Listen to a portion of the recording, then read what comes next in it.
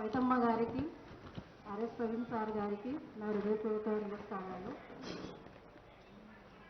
BC కుల సంఘాలందరికీ నా హృదయపూర్వక నమస్కారాలు. ఇది నేను ఫస్ట్ టైం మాట్లాడుతున్నాను, అది కూడా కవితక్క కోసం మాట్లాడుతున్నాను. మాది శివాజీ సూర్యవంశ ఆరికట్టికే మాకు కూడా ఒక ఐడెంటిటీ ఉండాలని మేము కోరుకుంటున్నాం మేడం.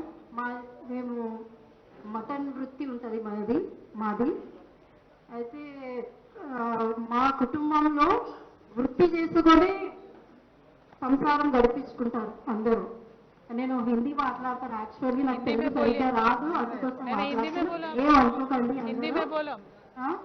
అయితే మా కులంలో కూడా బాగా చదివించుకున్నారు మా ఫ్యామిలీ మెంబర్స్.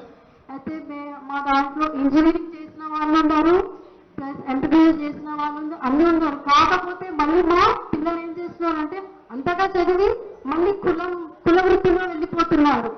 ఇది చాలా బాధగా ఉంది. అందుకోసం మా ఆరికట్టుకే కూడా ఒక ఐడెంటిటీ ఉండాలని కోరుకుంటున్నాం మేడం. కంపల్సరీ ఈ 3 పిల్లలు పాస్ అయిన తర్వాత మాకు ఒక ఐడెంటిటీ ఉండాలని మీకు ప్రత్యేకంగా నేను కోరుకుంటున్నాను.